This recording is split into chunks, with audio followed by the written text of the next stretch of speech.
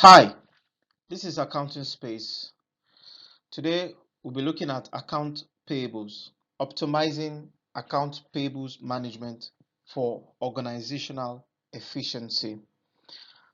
So what is account payable? What does account payable entails? Account payable refers to the outstanding balance a company holds to its suppliers or vendors for goods and services purchased on credit. Now, there are key points I would like us to take note in this definition. One is outstanding balance, right? Then suppliers, goods and services purchased, and then goods and services purchased on credit. Now, these key concepts are very, very important. Company as well. So you have outstanding balance. That means, in the nutshell, account payable deals with a company procuring or purchasing goods and services from a supplier, and the person does not pay immediately, pays after an agreed date. So the supplier supplies the item, and the company pays at an agreed date. It could be net of 30 days, net of 15 days, net of 90 days, or net of 60 days, depending on the agreement the company has with the supplier. That will inform the time of payment for the transaction that subsists between the organization and the supplier. Now, what is the role of accounts payables in organization operations? Now, accounts payable plays a key role in maintaining suppliers' relationship, managing cash flow, and ensuring payments to avoid disruptions in supply chain. Now, I like to dwell more on the supply chain aspect.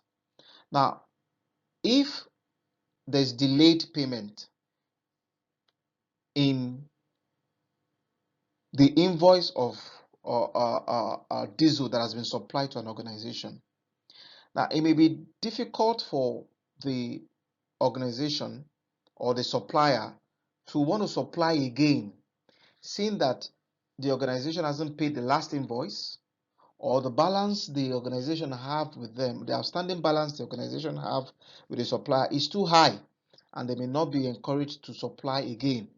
So delayed or not ensuring timely payment of invoices or balances would disrupt. Imagine you not having diesel to power your office at a particular point in time, or for 2 days in a week.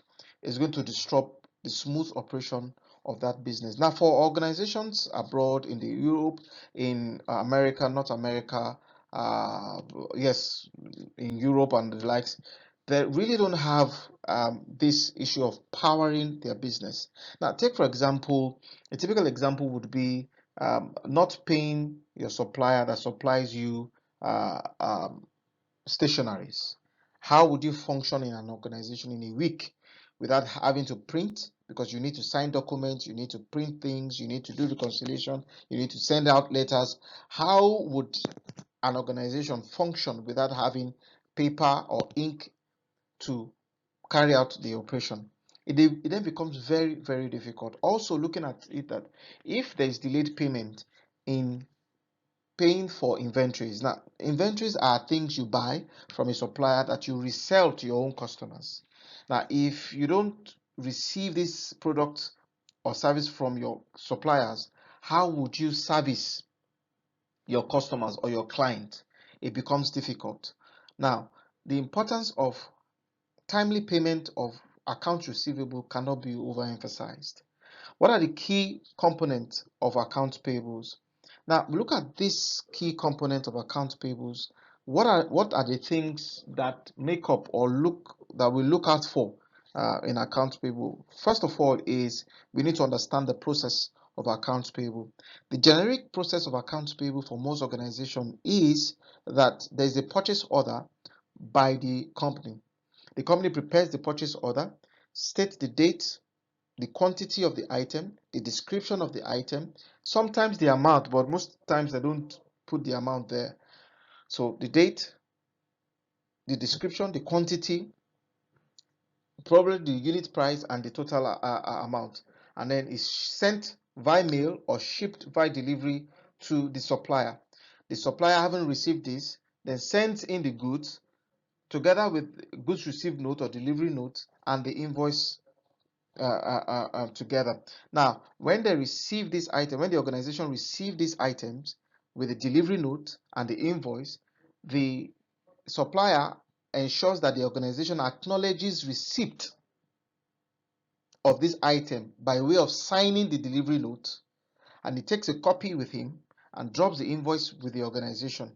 Then, based on the agreement, he awaits for the company or the organization to pay within the stipulated or agreed time frame. That is the typical process of accounts payable. Now, what are the things I've mentioned in all these things I've said now? Payment terms, or you call it SLA or terms and agreement. For you to register a supplier to be your account, to fall under your account payable, you need to register them or book them or categorize them as accounts payable. Now, what are the things that make them to fall under a supplier to fall under accounts payable? There are suppliers that supply you products and services that you do not pay for immediately. Now, there are some suppliers that supply you and you pay them immediately. Those ones will not fall under your accounts payables.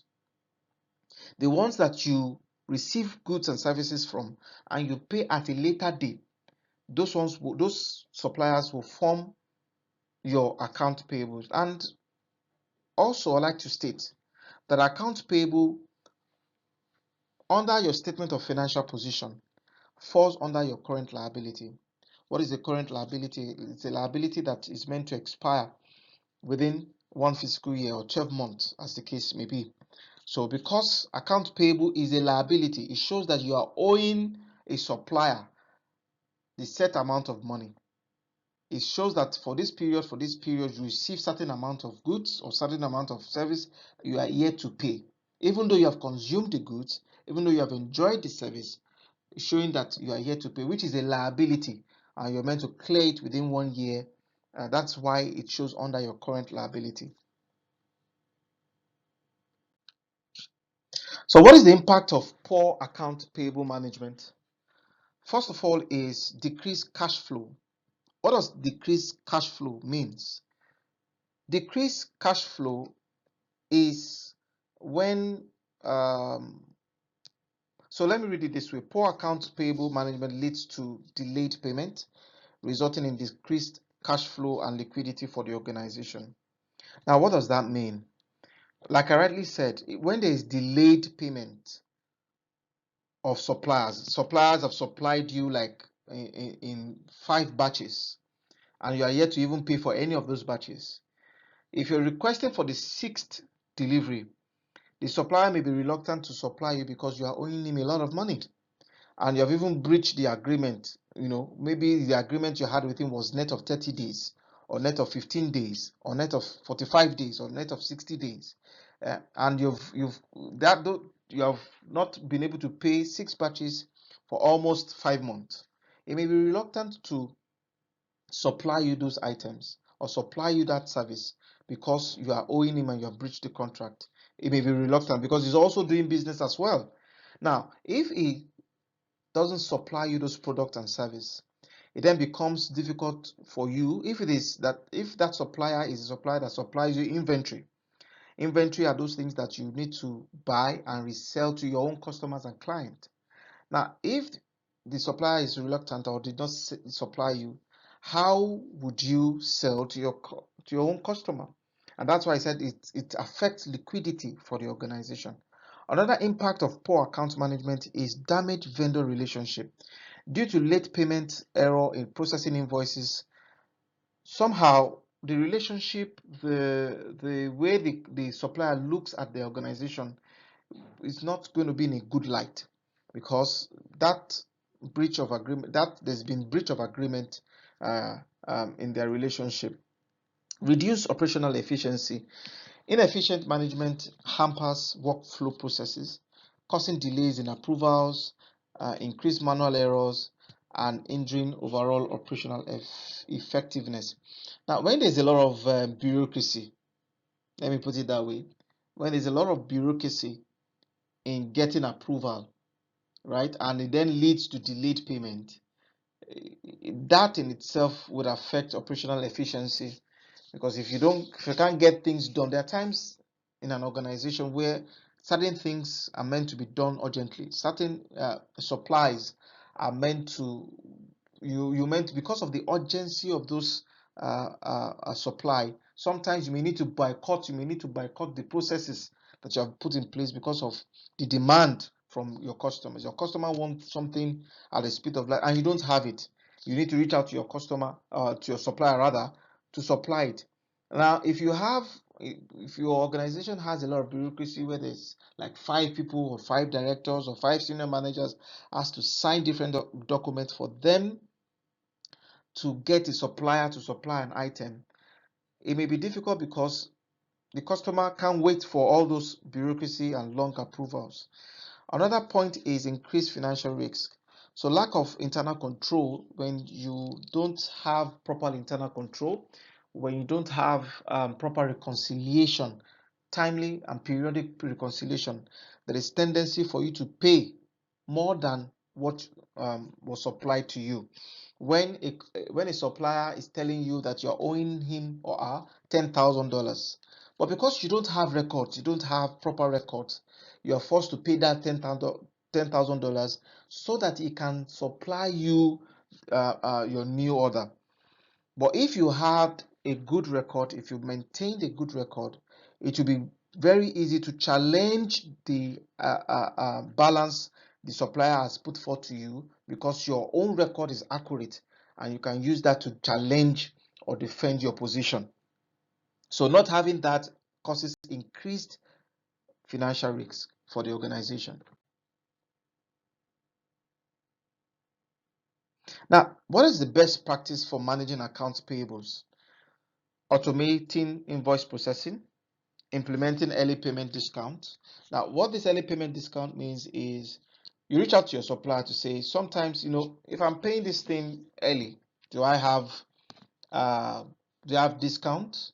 It's all about negotiation, negotiating with your supplier to say, I'll be paying in early more than even the agreed date.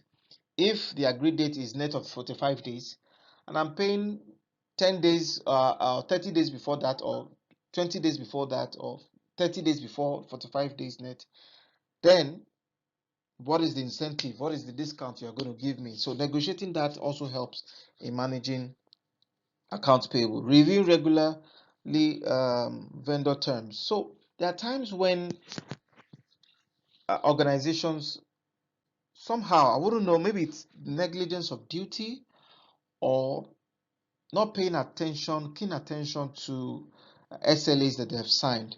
There are times when an organization signs terms and condition or agreement with a supplier, and for the next 7 years, the organization would not review it, right? It's not so cool to have that, because that at the point of signing this SLA, there were so many things, there were so many gray areas, there were so many things that were not known.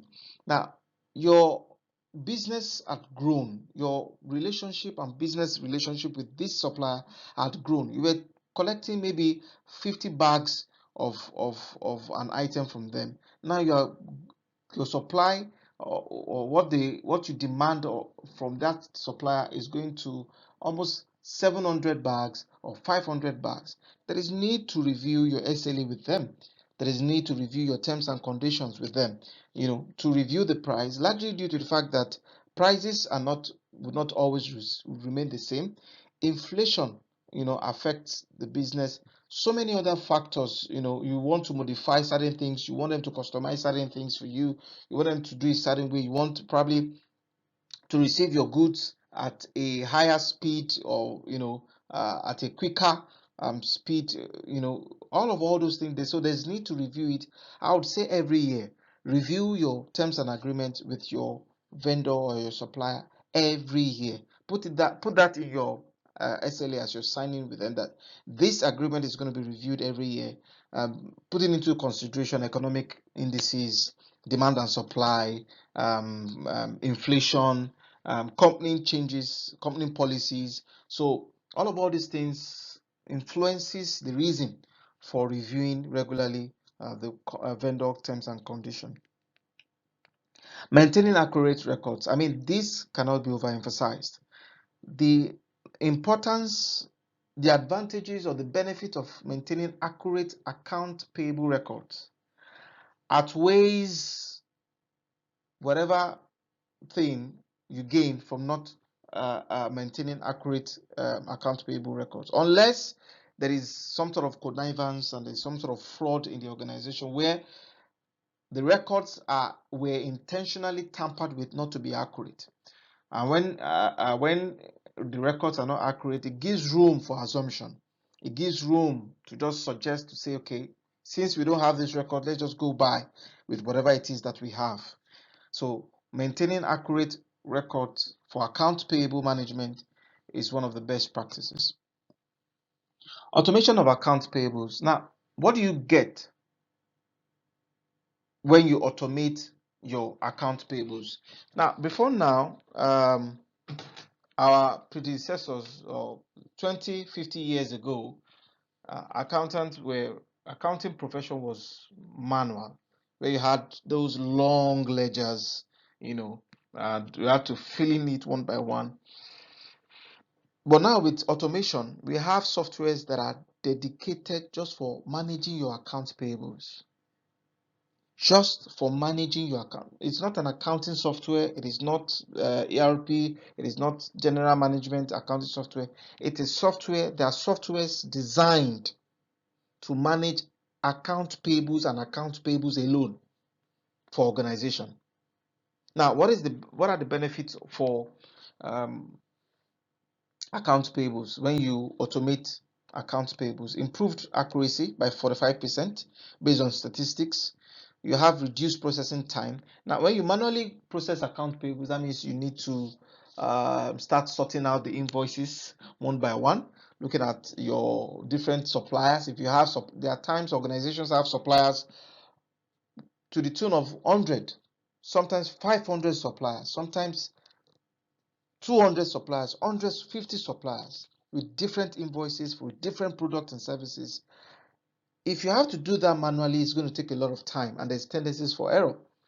So if you automate your account payable, you have 30% processing time. It reduces your processing time by 30%.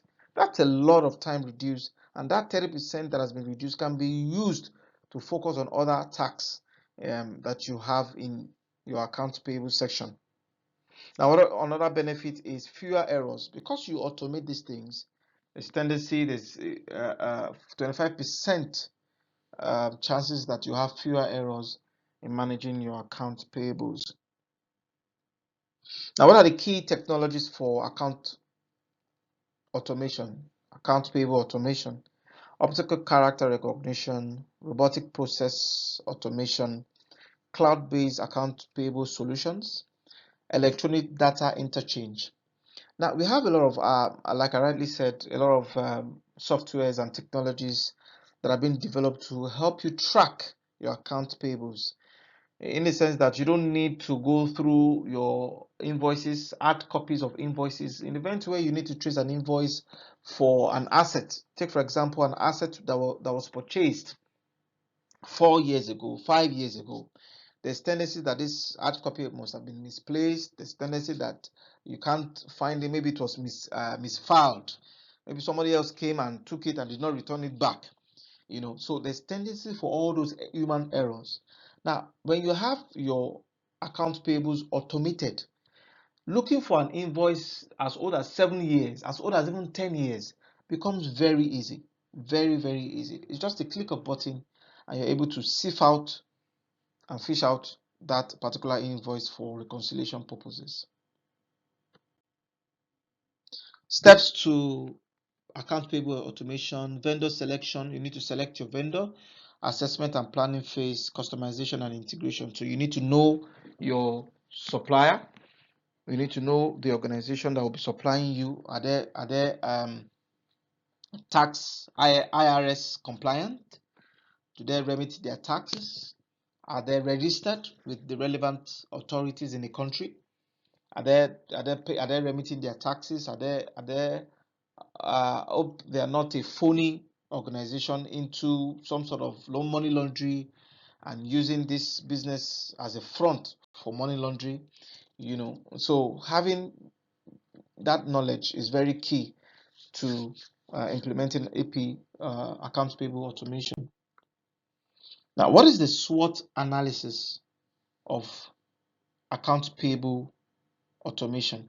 What do you stand to? What are the advantages and disadvantages, so to speak, of having accounts payable automation in your organization? The first is the strength: efficiency, accuracy, and cost savings. We've mentioned that before. Efficiency in processing payables, accurate record keeping, significant cost reduction. Now, what are the weaknesses you're going to be experiencing? Initial setup cost. Training of obviously will be required. There will be need to train the account payable team or the finance team that will be managing the account payable. Costs associated with implementing automation. This implementing automation comes with cost, obvious cost, because you need to buy the software, you need to install it, you need the professionals to come and install it for you, then train you on the usage. That training is very, very, very important, because if you're not trained on how to use the software will not be able to optimize the efficiency or the dexterity of that software. You will not get much out of that software due to the lack of training. Now, what are the opportunities of account payable automation? Scalability and advanced data analytics. So, because that automation is software driven, it comes with a lot of analytics. It tells you the supplier you are paying more. It tells you the items you are paying more. It tells you the product that is not, you're no longer collecting. It tells you the ones that you're collecting but is of low value. It gives you that dashboard that you're able to look at and say, okay, in terms of my accounts payables, these are the ones that are high value, the three most high expenses when it comes to account payable. These are them. The ones that are low, it shows you everything in a graph, plots you a graph, and from there you can just download and present it in your financial statement. So what are the threats?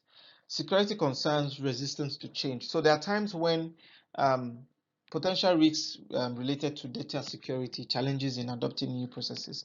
Now, there are certain staff that are very, very comfortable with doing the old thing. They are just comfortable with, you know what, this is what I'm used to. I'm used to doing it manually, and now telling me to start clicking one thing, they may find it difficult or challenging to adapt to that new AP or automation or using software to manage account payable. Another thing is security concern. There can be data breach. There can even be internal control issue, fraud, errors, and other irregularities. So this poses a huge threat for account payable automation.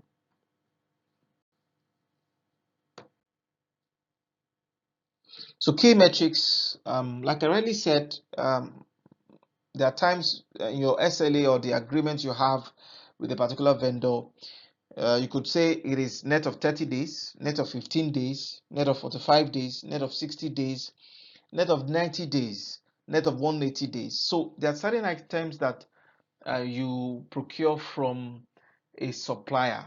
It will require you to import those items into the country.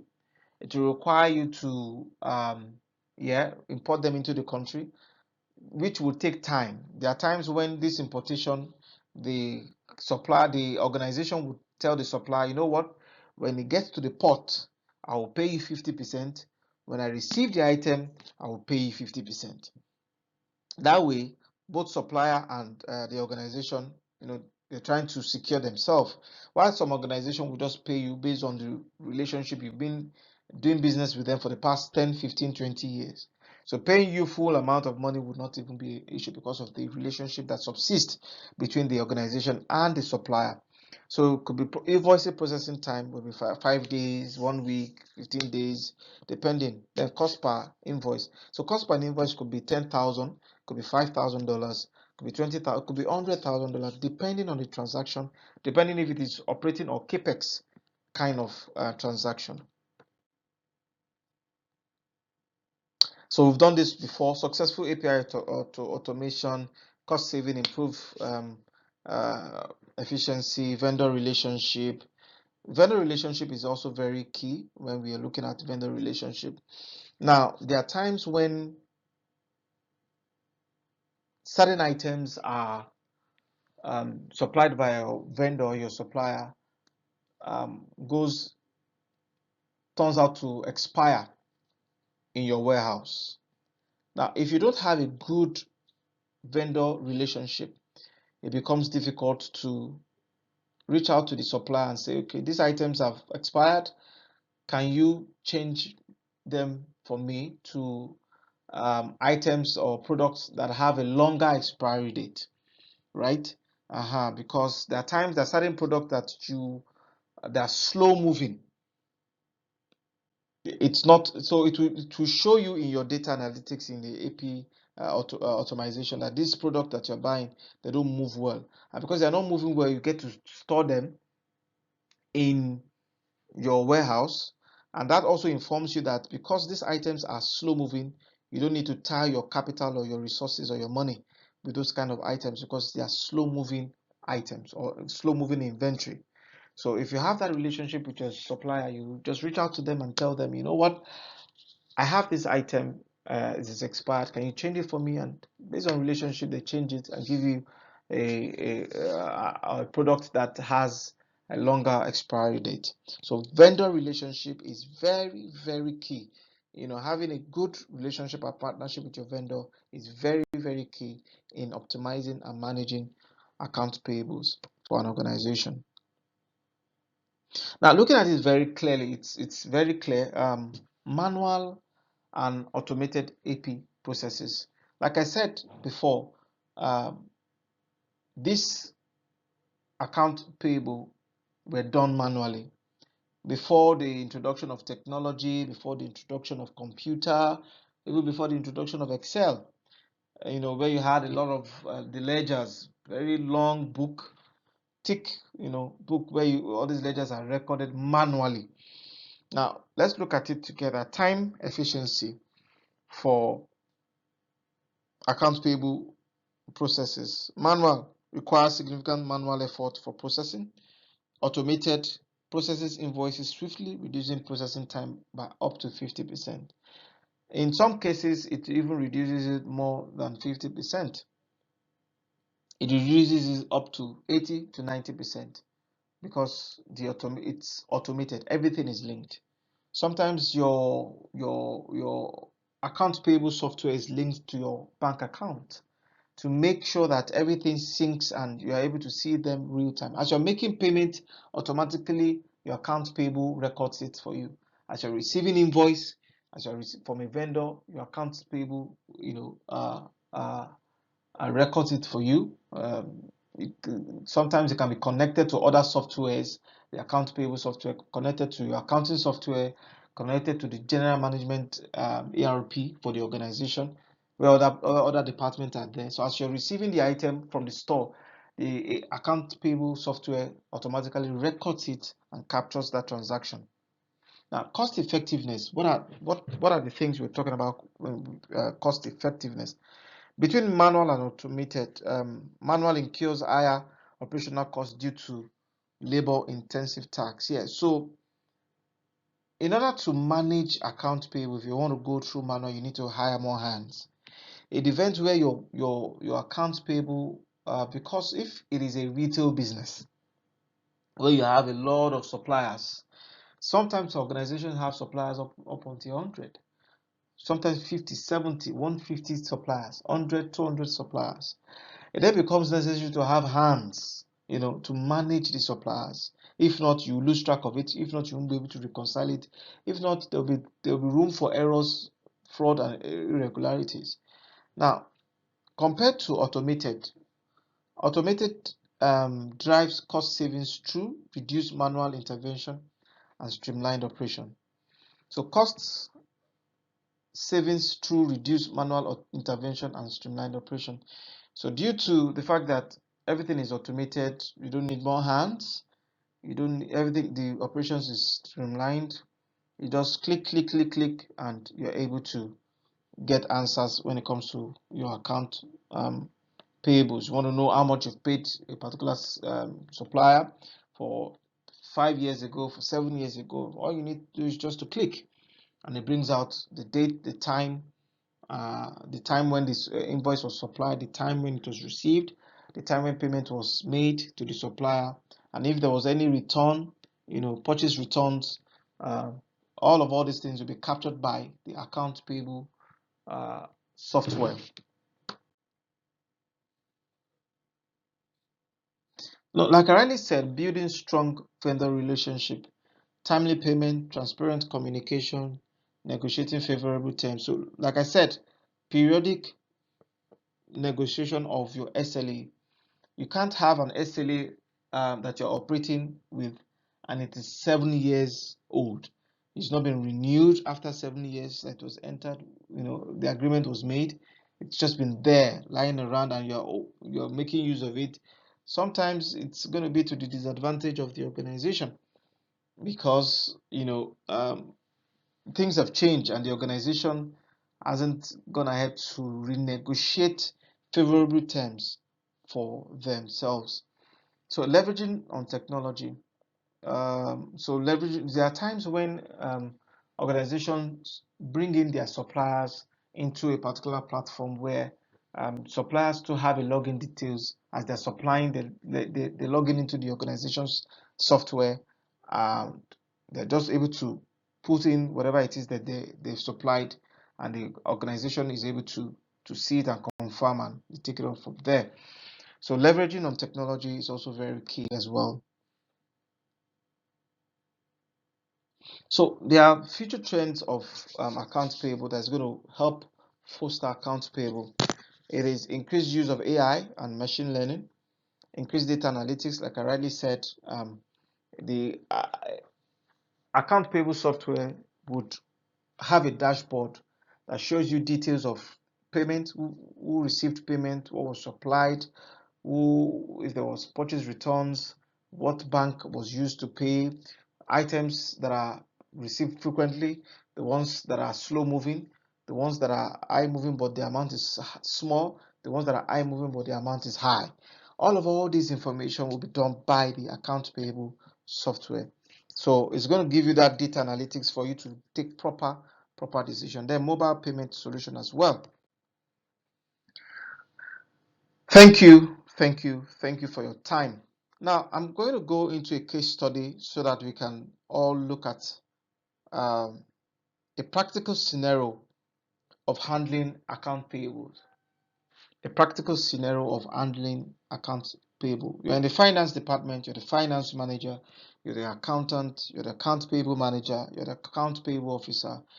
It is expedient you bring all this knowledge into a practical scenario where you can handle or record the transactions as they come. So when a supplier supplies you goods and services, you need to record that transaction.